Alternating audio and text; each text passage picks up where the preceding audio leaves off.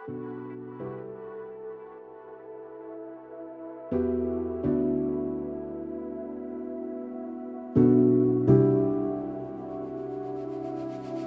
you guys for joining us today on In the Flow with Jessica Kai. Kay, I always want to say Kai. Sorry, I know Jessica. That's okay. My brain is, I'll just give you a heads up that my brain is today, which may be good. And Robin Wild. um, Today we are going to chat about the lunar nodes and also apparently my brain. So, that could be entertaining for all of us. Jessica, do you have any weird parts today that are coming up for you? Body part? No, not really. I'm here off of a couple weeks of vacation, so my brain is very happy right now.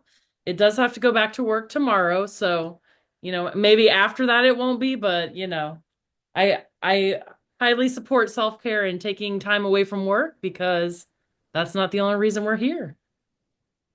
It's very, very true. Yeah, it's a good reminder for sure. Okay, so we're going to chat about the nodes today. So I'll just kind of drop in and share with y'all. I had no idea what really a lot of stuff in astrology was, especially in the nodes, because the nodes aren't actually planets, right? They're like calculation points of the moon. But they can actually show us some very interesting information in our own natal chart. And then also where the nodes are in the sky, or, the calculation of where the nodes are in the sky. It's a lot about karma. It's a lot about the past versus what we're moving into and like kind of finding the balance between the two. So if we look at where the nodes are for a period of time, they change like every year and a half.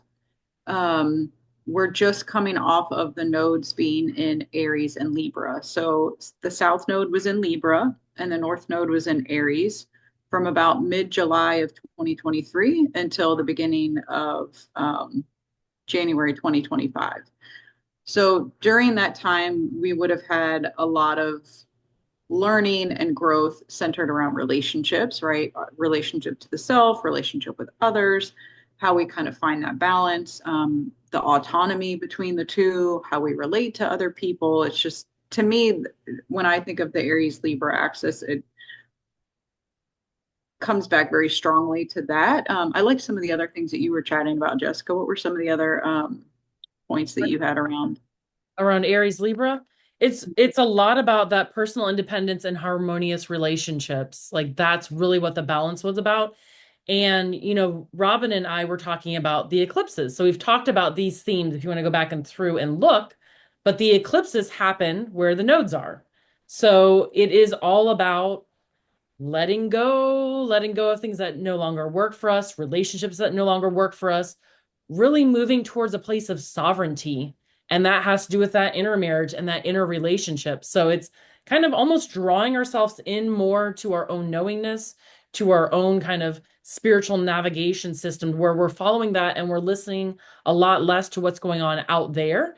And as we can pull that in and move forward in our own authenticity, then it shifts. So what we see out here, our relationships change because they can't stay the same. When we do work on ourselves, the relationships will either change or they will fall away and new ones will come. So there's a natural evolution in how we interact with the world as we really put that focus on. So that's where we have been, like Robin said, since the last time the nodes changed.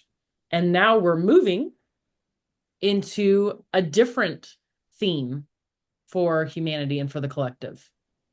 Yeah. So before we switch over to the new energy, can we just chat a little bit about, like, I'm a person that I feel like it can be important to kind of look back, like when we notice these themes, and we don't always notice them when we're in the middle of them, right? It's just human nature that a lot of times we'll hear stuff after the fact and we're like, oh, well, that makes sense. Like I was working through relationship things or I had all these themes come up. It might be helpful for you to take because there's still a few like in the nodes should change like around the 11th. Um, so taking a few days in this energy that we're still in of Aries and Libra, depending on when you catch this, right? If you catch it and it resonates, still take the opportunity, even if the date doesn't exactly line up, to kind of look back and see where you have grown and where you have healed and where you could have expanded over that time period with Aries and Libra. I know for me, it was really cool to see a lot of the work that I had been doing the past like 5 or 6 years around relationships. I really was showing up a lot different in all of my connections in my life. Like I was able to be more vulnerable. I was able to just, speak more about things that were important to me and to compromise a lot more. Like I used to kind of be kind of a bull or like, like I need to have it my way to a certain extent. Right, with all things. It was interesting. It was either kind of that or like the people pleaser. So noticing like that balance that I had that I was coming into of like, oh, okay, like my needs are important, but also other people's needs are important. And like how do I identify that and come to this compromise instead of defaulting to either one of those, right? Because Libra can be the like, oh, I'm just going to do everything to make everybody else happy. And then Aries can be like the tyrant. No, like it has to be my way. Like I need to have everything the way that I want it. So again, like we're always trying to come into balance. We're always trying to come into that coherence. Anything you want to share about for you, either your personal journey of Aries and Libra or anything that that's resonating with you to share with people that are Yeah, listening? definitely. Well, and it's interesting for me because I am an Aries. Like my sun sign is an Aries, but my moon sign is a Libra. So I was born, in this kind of energy. And for me, this last year and a half has really been about, being true to myself. Like I remember even like saying to my husband, like I'm really going to be focusing more on nurturing myself and really shifting how I'm interacting. And I put that out there because I was like, there's going to be a major shift in what I value. So I noticed that I stopped saying yes to a lot of things. In general, I kind of pulled more into my home. In the midst of all of that time, my home kind of exploded and needed to be redone due to pipes and all kinds of stuff. So it's interesting the transformation that's happened around me, around my home, but also my personal life. Like some relationships with family members ended due to their own volition because I just started staying really focused on myself. Like, I'm not okay being in situations where I feel uncomfortable. I'm not going to go in there and create a big ruckus. The Aries, like loud, like, I disagree. I was like, nope, it's not going to be a huge explosion. But, when I start feeling uncomfortable, I'm just going to remove myself from these different situations. And it's so interesting because that's not my nature. My nature is to be like, this is not okay, and being very confrontational about things. And I realized like the purpose of that was because I valued the friendships, and through conflict, when things didn't work, I was like, okay, let's lean into that and see what can come out of it. Not everyone values that. And so, even being direct and seeking resolution never resulted any good with these relationships. Like the people never wanted to be direct and honest with me. So it caused me a lot of, dissonance. I was like, oh, I just want to have these conversations. I want to shift through this. And that was my own wounding because it was like everybody gets to have their own path. So just because this is how I want to navigate these relationships doesn't mean that that's what the other person wants. So I decided to choose something different. And it's interesting too in my gene keys. Some of the gene keys I have associated with the I Ching is like when you come up against a wall, you retreat and you seek good counsel. And that was like so revolutionary for me because for some people, that's not the guidance. Some people are like, you need to plow onward. But for me, it was retreat and seek good counsel. So that's what I started doing. Instead of just kind of, like you said, going head on into things, I started to retreat. And then that good counsel was, with listening to myself and my being and like, does it feel good to be in this situation? No. Okay, I guess I'm not going to go. And then also all the different stuff that we do, you and I, on a daily basis to gather insight and wisdom and just kind of look into those shadow patterns. So for me, it's been retreating. It's been not pushing the limit. It's been withdrawing. And what that caused to happen in my reality was that other people were then, because I wasn't pushing the issue, pushing the energy kind of sat, and other people were forced to deal with what was going on energetically or what was going on in the communication. And that forced some other issues. So the issues I was having, in my extended family, all of a sudden disappeared. They kind of blew up A lot of people made decisions. I didn't have to, and it just kind of resolved itself.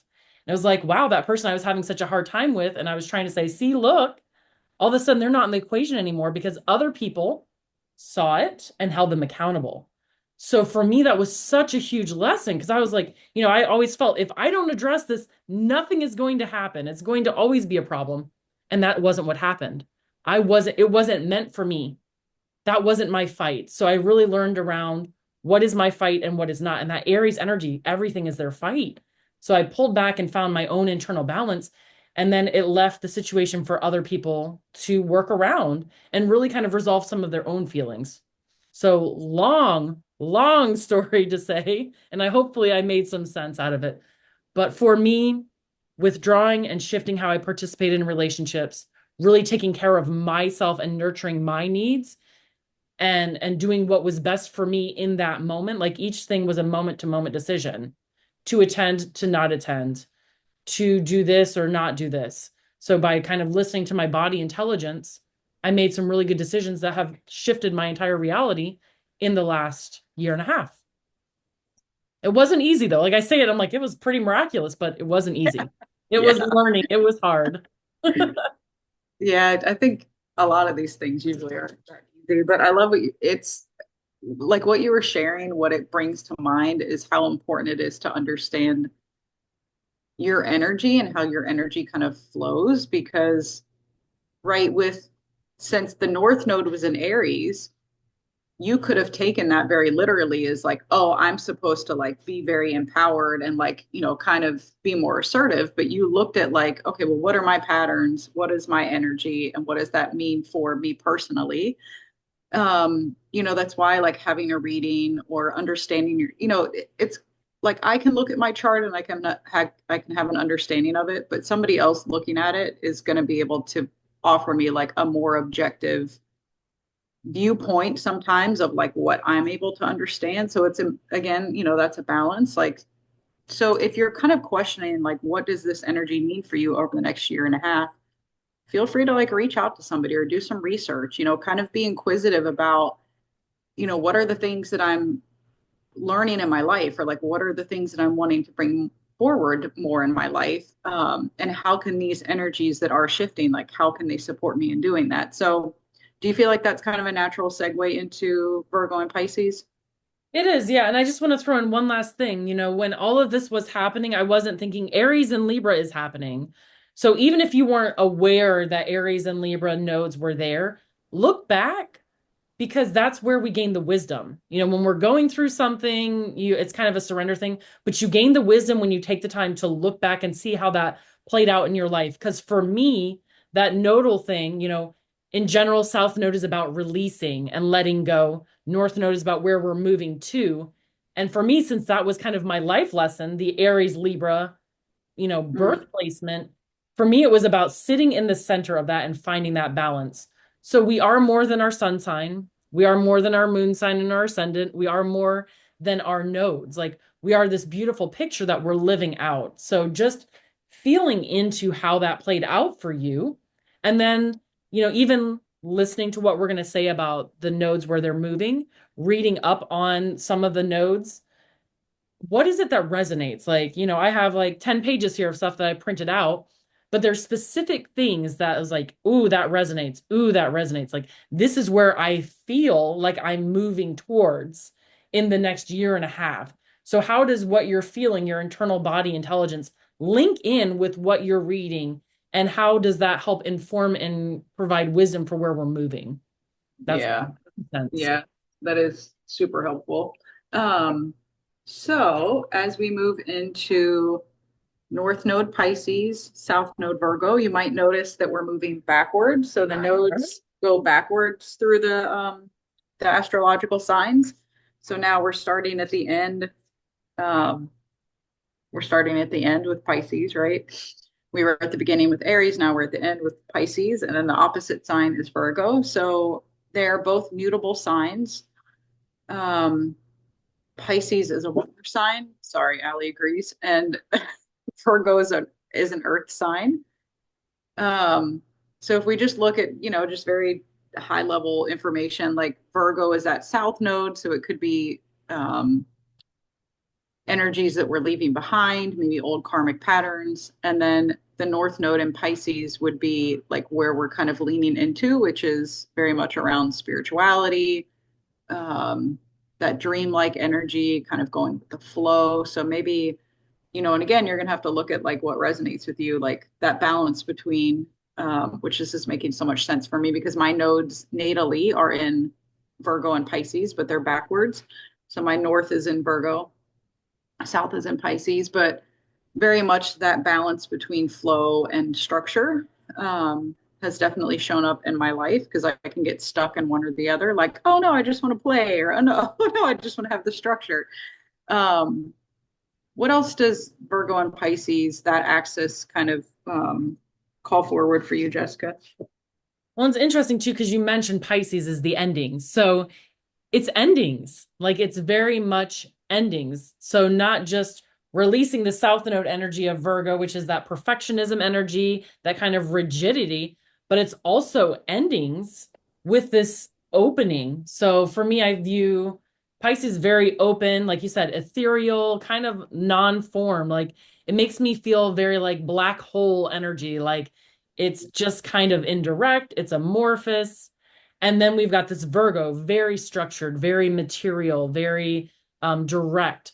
So it's like where this is an opening for us to find places where we can open more, where we can flow more, where we can surrender more. Because we're really starting to open up, I feel, to, the larger world. I do galactic astrology, so like we're not alone, everyone. So we're opening up to this idea. And people are seeing things in the sky, whether they're drones, whether they're UFOs, UAP, whatever you want to call it, the skies are opening up. So our consciousness is opening up to what's going on. And then that's where that Virgo, that detailed, we get to decide. We get to decide what that means for us. And so if anything else, it's asking us to take where our mind was before, those rigidities, open them a little bit and make new decisions about how we feel. So can we expand a little bit and create a new thought form about UAPs, UFOs, the world around us, the beings that we're encountering? And it can still be the same. Like some people don't believe in it at all. Some people completely believe in it at all. But for me, it's just like, we think about the spirituality, we think about the framework, and I have realized for myself, like I want to feel that edge. Like, where is that edge? Because there's not too much people can say to me that surprises me. And like for me, that's a little concerning. Like, I want to be shocked. Like I want somebody to say something that's so far out there that I have to stop and think about it. Because for me, I feel like I've lost my edge because I know that I haven't heard everything there is to hear. And my mind hasn't kind of curiously moved through all the possibilities that this universe could hold. So that's where I was like, oh, I want to open to that during this Pisces Virgo. Like my mind has, I'm listening to the same things, I'm viewing the same things, I'm hearing the same narratives. And it's like, wow, there's a way where even my extreme point of view has become complacent.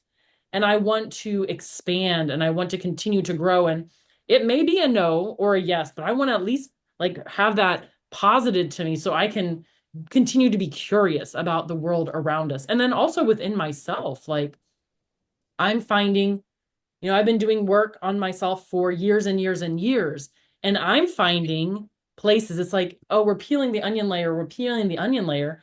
But what's like where I'm coming up against is like concrete. It has been there the longest. It has been hidden the longest. So other things may have been easy to peel off, and this is like concrete. So the rigidity that I'm finding inside of myself, those places, those traumas, those secrets that are held inside my body don't want to let go. They're very encrusted. So it's perfect timing that we're in this area of, I want to let go of that. I want to be able to open it up. I want to truly understand myself more deeply, my mission on this world more deeply, and where I exist in this cosmos to a larger level. And I've realized that there